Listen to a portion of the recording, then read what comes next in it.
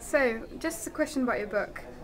What is the focus of the second edition of your book, The Corporation That Changed the World?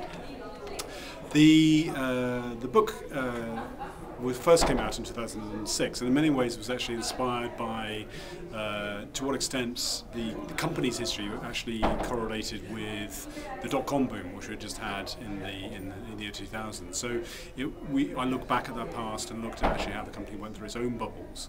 Now, again, I was inspired to go back and actually, because we've now gone through the credit crunch, the whole issue of too big to fail, and that was really the sort of the focus of this one, really looking at the issue of scale, which we've discussed this evening at this lecture, and also to do a lot more on China, and to look much more on the trade with China.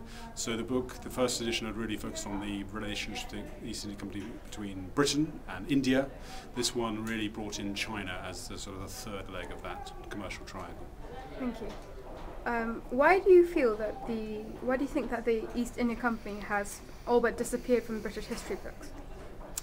I think one of the things is actually the British imperial history is very, very broad and very big, and so the East India Company was only one part of many parts of that story, and it was to some extent followed then by the state-run Raj under Queen Victoria and so on.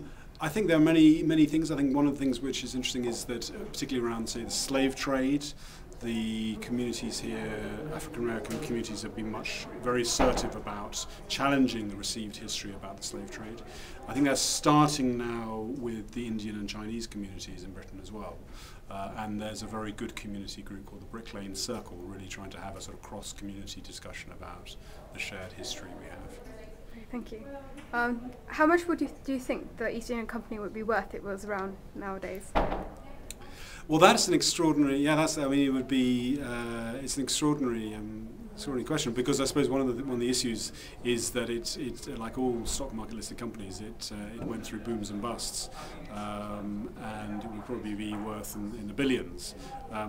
The odd thing, obviously, is there is now a new East India Company, which has actually been set up by an Indian entrepreneur, which is a privately held company. So I don't know. I've never asked him how much it's worth, but it'd be one of the major companies. It would be. I suppose if you think about a major bank, a major oil company, a major mining company, a major pharmaceutical company, all rolled into one, and we can imagine those. That would be the size of the East India Company today.